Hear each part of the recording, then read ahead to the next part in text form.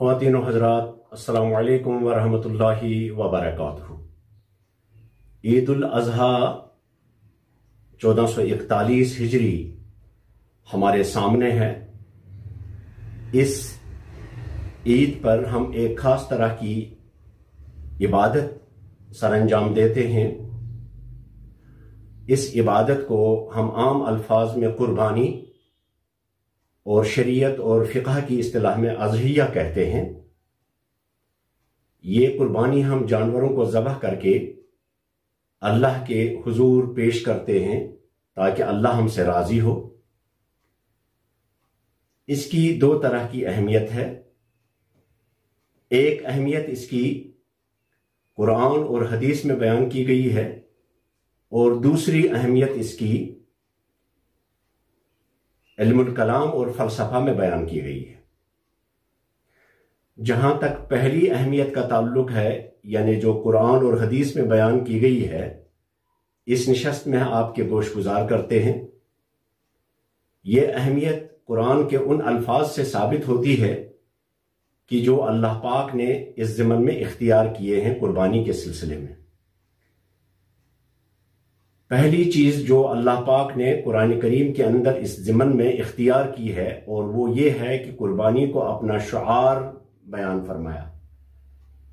شعار لفظ کا مطلب ہے عادت، رواج، رسم، نشانی، علامت۔ تو یہ رسم و رواج اگر انسانوں کی طرف سے ہو تو یہ انتہائی مبغوض اور معیوب ہوتے ہیں، لیکن یہی عادتیں اور یہ رسمیں اور یہ رواج جب خدا کی طرف سے ہوں تو یہ اللہ کا حکم بنتا ہے۔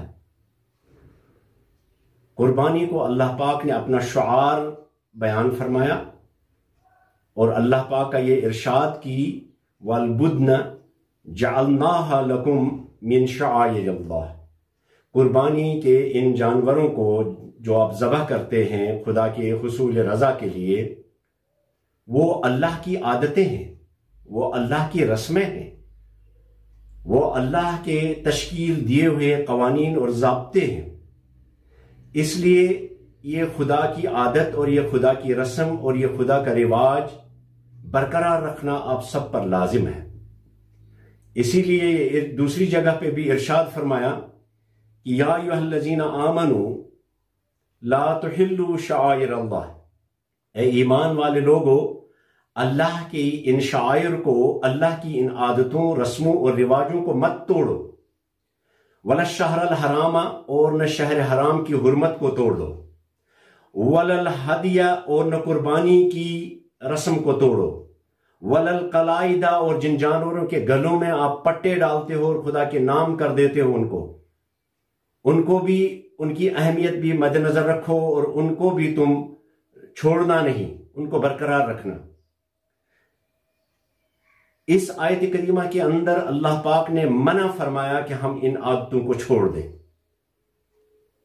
اور پھر اللہ کریم نے ایک اور آیت کریمہ میں ارشاد فرمایا وَمَن يُعَظِّمْ شَعَائِرَ اللَّهِ فَإِنَّهَا مِن تَقْوَى الْقُلُوبِ۔ جو اللہ کی ان عادتوں کو، ان کی تکریم کرتا ہے، ان کی تعظیم کرتا ہے، اللہ کی ان رسموں کو، رواجوں کو برقرار رکھتا ہے، يُعَظِّمْ شَعَائِرَ اللَّهِ، ان کی تعظیم کرتا ہے، فَإِنَّهَا مِن تَقْوَى الْقُلُوبِ، تو یہ ایک انسان کے تقوی قلب اور اس کی قلبی کیفیت اور اس کی نرمی کو بیان کرتا ہے۔ تو یہ قرآن مجید کے اندر اس کی اہمیت کو بیان کیا گیا ہے۔ اور پھر قربانی کو کبھی قربان بھی لفظ کہا گیا ہے، اور قربان کا لفظ جو ہے یہ قرب سے نکلا ہے، اور قرب کا مطلب ہے نزدیکی، اور قربان کا مطلب ہے بہت زیادہ نزدیکی۔ گویا یہ جانور ذبح کرنے کے بعد ہمیں اپنے اللہ کے تئیں زیادہ نزدیکی اور زیادہ قرب حاصل ہوتا ہے۔ تو یہ تو اہمیت ہے اس کی قرآن پاک کے اندر،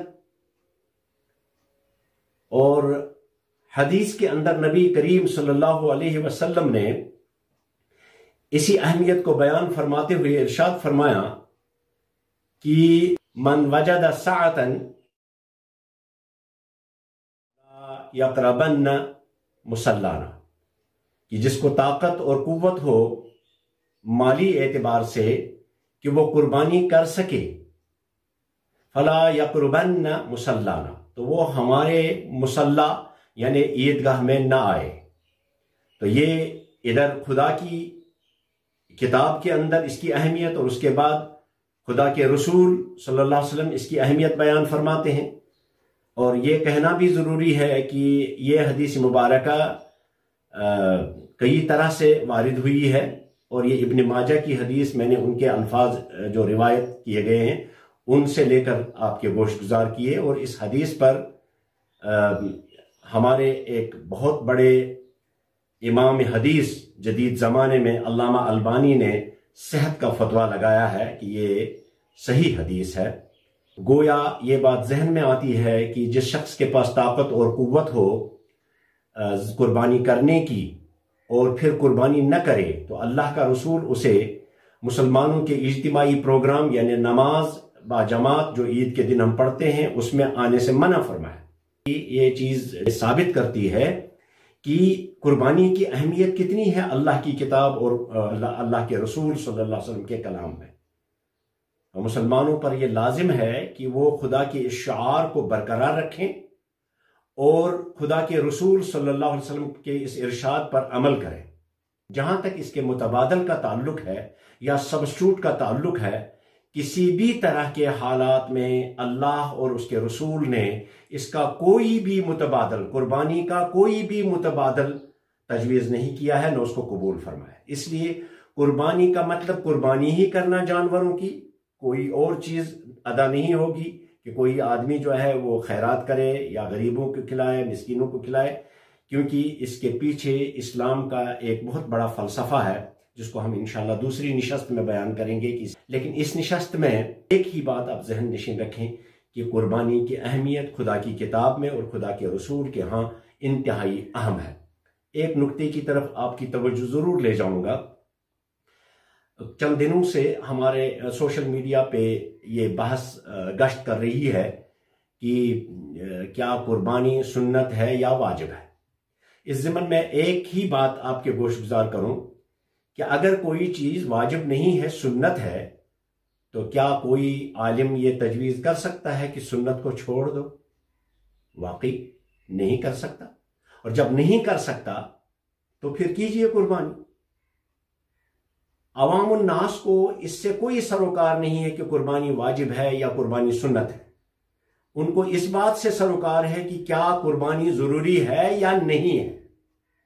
تو جب اللہ کے رسول نے اور خدا تعالیٰ قرآن کریم کے اندر یہ فرماتا ہے کہ یہ میرا شعار ہے، اور نبی یہ فرماتے ہیں میرے مصلی پر نہیں آنا اگر آپ طاقت رکھتے ہو قربانی کا، تو بات ظاہر ہے آپ چاہے اس کو واجب کہہ لیجئے، یہ تو ایک ٹیکنیکل چیز ہے، واجب کی، سنت کی، فرض کی، یہ وہ اصطلاحات ہیں جو علمی زبان میں مدرسوں کے اندر طلباء علم دین کو سکھائی جاتی ہیں۔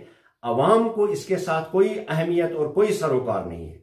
عوام صرف ایک بات جان لے کہ قربانی ضروری ہے، قربانی اہم ہے، قربانی خدا کا شعار ہے، قربانی خدا کے رسول کی تاکید ہے، اس لیے قربانی کیجئے، ہر حالت میں جیسے آپ کرتے ہیں ویسے کیجئے۔